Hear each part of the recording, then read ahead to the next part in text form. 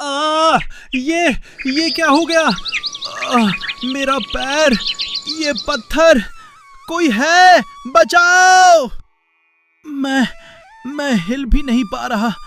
हे भगवान, ये कैसा संकट है? कोई है यहाँ? सैनिकों, मुझे बचाओ!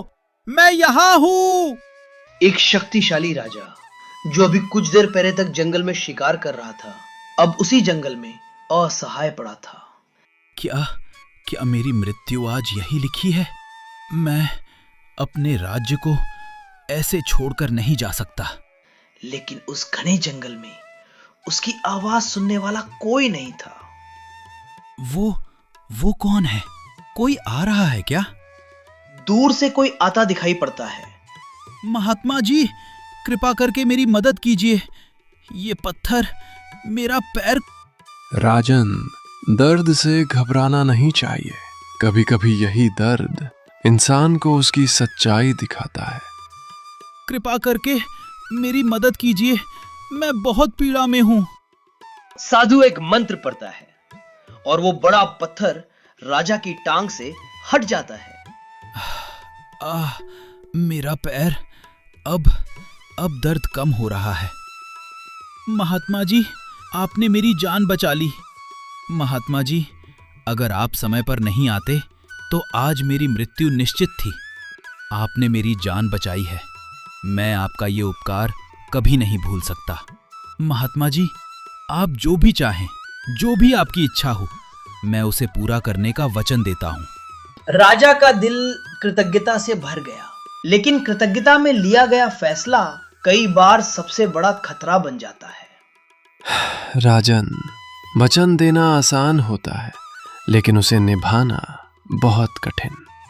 अगर मैं तुमसे कुछ ऐसा मांग लूं जो तुम्हारे लिए सबसे प्रिय हो। मैं एक राजा हूं, मेरे लिए वचन ही सबसे बड़ा धर्म है। आप बिना संकोच अपनी इच्छा बताइए, चाहे वो कुछ भी हो, मैं आपको देने का वचन देता हूं। राजा ने बिना सोचे समझे अपने शब्दों का जाल खुद ही बुन लिया था। ठीक है राजन, मैं तुम्हारा ये वचन स्वीकार करता हूं। मैं सही समय आने पर तुमसे अपनी इच्छा मांगूंगा। सही समय? लेकिन आप अभी क्यों नहीं बताते? कुछ इच्छाएं समय से पहले बताई नहीं जाती राजन। रुकिए महात्मा जी, आप कहां जा रहे हैं? ये क्या था? मैंने आखिर क्या वचन दे दिया?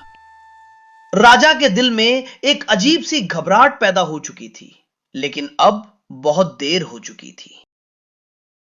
पता है, बचपन में मैं यहीं बैठकर सोचती थी कि मेरा जीवन साथी कैसा होगा। और अब क्या सोचती हैं आप, राजकुमारी शोभा? अब तो सोचने की जरूरत ही नहीं रही। अच्छा, मतलब मैं आपकी उम्मीदों पर खरा उतर गया? थोड़ा बहुत अभी आपको और अच्छा बनना पड़ेगा। बस मेरी बात मानते रहना, सब ठीक रहेगा। वाह, अभी से इतनी शर्तें? विवाह के बाद तो मेरा क्या होगा? ये कहानी है राजकुमारी शोभा और राजकुमार नीरव की। दो दिल जो एक दूसरे को अपना मान चुके थे और बहुत जल्द शादी के बंधन में बंधने वाले थे। कुछ दिन बीत गए। राजा उस जंगल की घटना को लगभग भूल चुका था, लेकिन किस्मत उसे भूलने नहीं देने वाली थी। महाराज, आज राज्य में सब कुछ शांतिपूर्ण है। और तभी वही रहस्यमयी साधु दरबार में प्रवेश करता है। ये तो वही साधु है। दरबार में सन्नाटा छा गया। सबको लग रहा था कि कुछ बहुत बड़ा होने वाला है। महात्मा जी, आपका स्वागत है। कहिए, आज आप हमारे महल में कैसे पधारे? राजन, क्या तुम्हें अपना दिया हुआ वचन याद है? तुमने कहा था कि मैं जो भी मांगूंगा तुम उसे बिना सवाल किए दोगे। वचन? हाँ महात्मा जी, मुझे याद है जी। मैंने वचन दिया था और एक राजा अपने वचन से कभी पीछे नहीं हटता। तो फिर सुनो राजन, मुझे आपकी बेटी चाहिए। मेरी बेटी? महात्मा जी, ये कैसी मांग है? वचन तो वचन होता है राजन, या तो निभाओ या फिर अपने धर्म से मुकर जाओ। मैं एक राजा हूँ, और मेरा धर्म, मेरा वचन सबसे ऊपर है। राजा के सामने अब सबसे बड़ा संकट था। एक तरफ उसका वचन और दूसरी तरफ उसकी अपनी बेटी। राजकुमारी को दरबार में लाया जाता। पिताजी, क्या हुआ? आप इतने परेशान क्यों हैं? बेटी, मुझे माफ कर दो। मैं अपने वचन के कारण तुम्हें इस साधु के साथ भेजने को मजबूर हूँ। क्या पिताजी, आप मुझे छोड़ रहे हैं? मुझे क्षमा करना बेटी। चलो, समय हो गया है। पिताजी, मुझे बचाइए।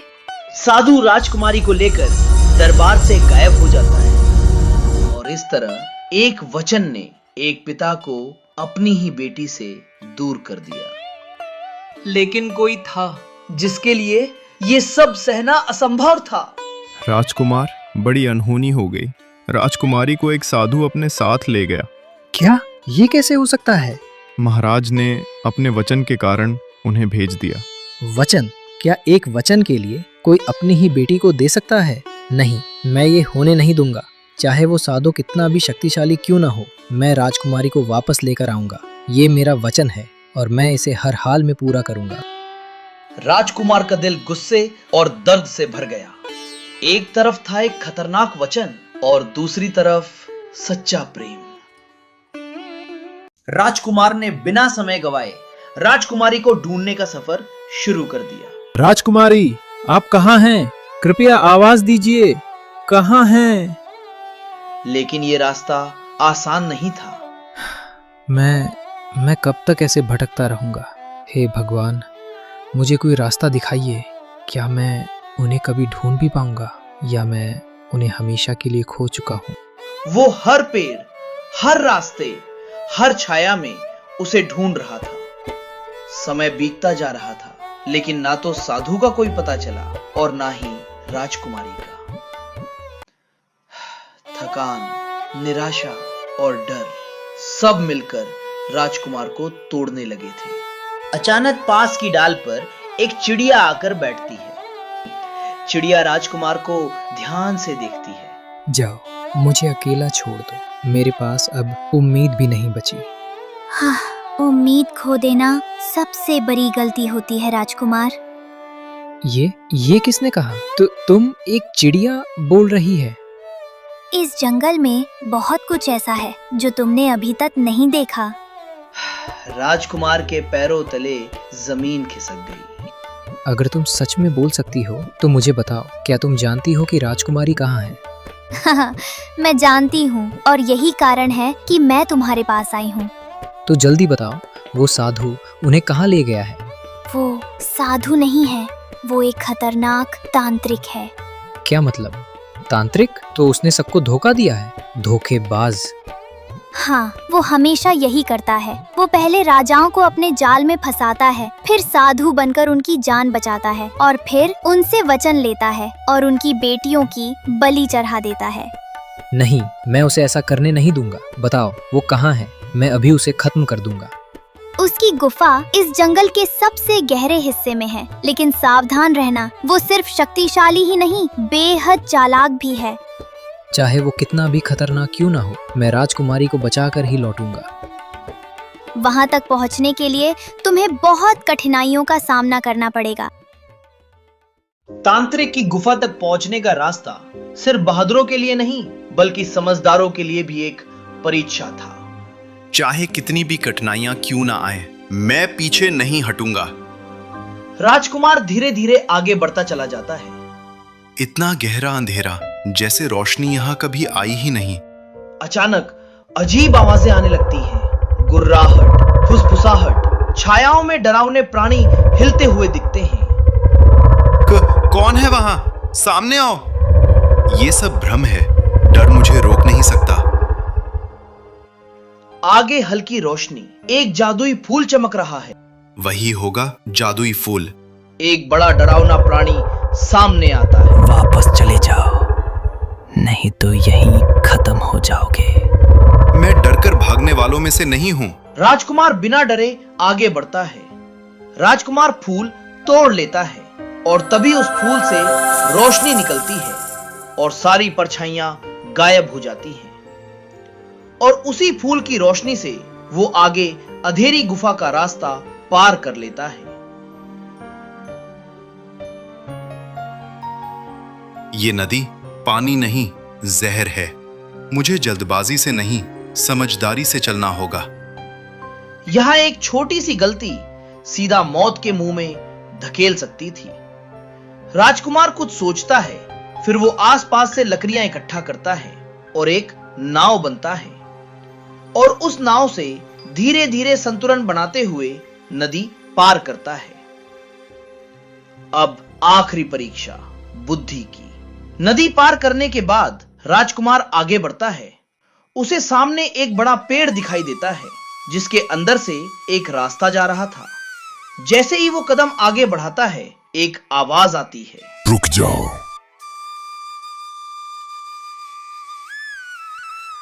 राजकुमार, मेरी अनुमति के बिना कोई इस रास्ते से आगे नहीं जा सकता। तुम्हें मेरी परीक्षा पार करनी होगी। मैं तुमसे 2 सवाल पूछूंगा। अगर तुमने सही जवाब दिया तो तुम आगे जा सकते हो। पूछो, मैं तैयार हूं। तो फिर सुनो मेरा पहला सवाल। मैं सच भी हूं और झूठ भी। जो मुझे समझ ले वही आगे बढ़े। बताओ, मैं कौन हूं? सच भी, झूठ भी, कुछ ऐसा जो दोनों हो सकता है। विचार, क्योंकि विचार सही भी हो सकते हैं और गलत भी। सही जवाब। अब अगला सवाल। बताओ, दुनिया में सबसे बड़ी ताकत क्या है जो बिना हथियार के भी जीत सकती है? सबसे बड़ी ताकत सच्चाई है, क्योंकि सच्चाई के सामने झूठ और ताकत दोनों हार जाते हैं। ये भी सही जवाब।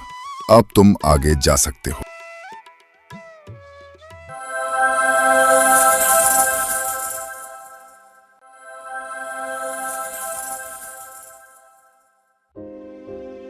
सारी कठिनाइयां पार करने के बाद आखिरकार राजकुमार उस तांत्रिक की गुफा तक पहुंच जाता है। राजकुमार नीरव धीरे धीरे अंदर आता है। ये जगह और भी खतरनाक है जितना मैंने सोचा था। चारों तरफ देखता है। अचानक उसकी नजर सामने जाती है। राजकुमारी शोभा एक लोहे के पिंजरे में बंद कमजोर हालत में है। शोभा! नीरव, क्या ये सच है? तुम आ गए? हाँ शोभा, मैं आ गया। मैं तुम्हें यहाँ से निकालने आया हूँ। नीरव, ये जगह बहुत खतरनाक है। वो तांत्रिक बहुत शक्तिशाली है। चाहे वो कितना भी शक्तिशाली क्यों ना हो, मैं तुम्हें कुछ नहीं होने दूंगा। जल्दी करो, वो कभी भी आ सकता है। तो तुम यहाँ तक पहुंच ही गए, राजकुमार नीरव। तुम्हारा खेल खत्म हो चुका है। मैं शोभा को लेकर जा रहा हूँ। ले जाओगे? यहाँ तक आना आसान था, लेकिन यहाँ से जिंदा जाना नामुमकिन है। तुमने मेरी साधना में बाधा डाली है। अब इसकी सजा तुम्हें मिलेगी। नीरव, सावधान! तांत्रिक हाथ उठाता है। काला जादू निकलता है। नीरव हमला करता है, लेकिन तांत्रिक जादू से रोक देता है। ये शक्ति बहुत खतरनाक है। ये काली शक्तियां हैं जिन्हें पाने के लिए मैंने कई राजकुमारियों की बलि दी है। मुझे रोकने वाला अभी तक कोई पैदा नहीं हुआ। सीधे मुकाबले में इसे हराना मुश्किल है। इसके पास बहुत शक्तियां हैं। नीरव चारों तरफ देखता है। अचानक उसकी नजर एक चमकते हुए रत्न पर जाती है। ये क्या है? तभी राजकुमार को उस चिड़िया की बात याद आती है। ध्यान से सुनो राजकुमार, उस तांत्रिक की जान उसके शरीर में नहीं बल्कि उस रत्न में बसी है। वो राजकुमारियों की बलि देता है जिससे उस रत्न की शक्ति बढ़ती है। लेकिन याद रखना, उस रत्न को सिर्फ वही नष्ट कर सकता है जिसका प्रेम सच्चा हो। तो यही उसकी कमजोरी है, इसलिए ये इतना शक्तिशाली है। मेरा प्रेम सच्चा है और यही मेरी ताकत बनेगा। आज तुम्हारा अंत तय है। मुझे सही मौका देखना होगा। सीधे रत्न पर वार करना होगा। तुम क्या सोच रहे हो? मुझसे बच नहीं पाओगे। अब तुम बच नहीं सकते। वो फिर से हमला कर रहा है। एक और बड़ा हमला, इस बार और तेज। नीरव नीचे झुककर बचता है। मुझे बस एक मौका चाहिए। यही है उसकी असली ताकत और यही उसकी सबसे बड़ी कमजोरी। बस यही मौका है। अब भाग कर दिखाओ राजकुमार, ये गुफा ही तुम्हारी कब्र बनेगी। ये वार तुम्हारे अंत के लिए है, ये तुम्हारे पापों का अंत है। नहीं, उस रत्न को छूना मत, नहीं। नीरव अपनी तलवार उठाकर पूरी ताकत से रत्न पर वार करता है। चमकदार रोशनी पूरी गुफा में फैल जाती है। तुमने मेरी शक्ति खत्म कर दी। मैं अमर था, कोई मुझे नहीं हरा सकता था। अमर नहीं, तुम सिर्फ दूसरों की जिंदगी छीनकर जी रहे थे। ये अंत नहीं है। उसका शरीर देखते ही देखते आग में विलीन हो जाता है। अचानक गुफा जोर जोर से हिलने लगती है। अब यहाँ रुकना खतरे से खाली नहीं है। चलो तुरंत बाहर निकलते हैं। दोनों तेजी से बाहर की ओर भागते हैं। ये रोशनी, ऐसा लग रहा है जैसे नई जिंदगी मिल गई हो। अगर तुम नहीं आते तो मैं... आखिरकार हम बच गए। अब कुछ भी सोचने की जरूरत नहीं, मैं हमेशा तुम्हारे साथ हूं।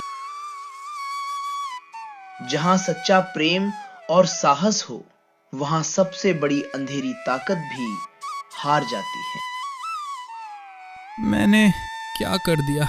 अपने ही हाथों अपनी बेटी को खो दिया। एक वचन और मैंने सब कुछ गवा दिया। काश मैंने सोच समझकर फैसला लिया होता।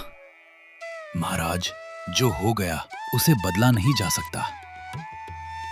नहीं मंत्री, ये मेरी सबसे बड़ी भूल थी। मैंने एक पिता होने का कर्तव्य निभाया ही नहीं। राजकुमारी शोभा और राजकुमार नीरव अंदर आते हैं। राजा बेटी शोभा को देखकर बहुत खुश होते हैं। क्या? शोभा मेरी बेटी? मुझे माफ कर दो बेटी, मैंने तुम्हें बिना सोचे उस खतरे में डाल दिया। पिताजी, आपसे गलती हुई, लेकिन आपने जानबूझकर ऐसा नहीं किया। फिर भी एक पिता होने के नाते मुझे सोचना चाहिए था। एक वचन के लिए मैंने अपनी ही बेटी को खो दिया। अब सब ठीक है पिताजी, मैं आपके पास वापस आ गई हूँ।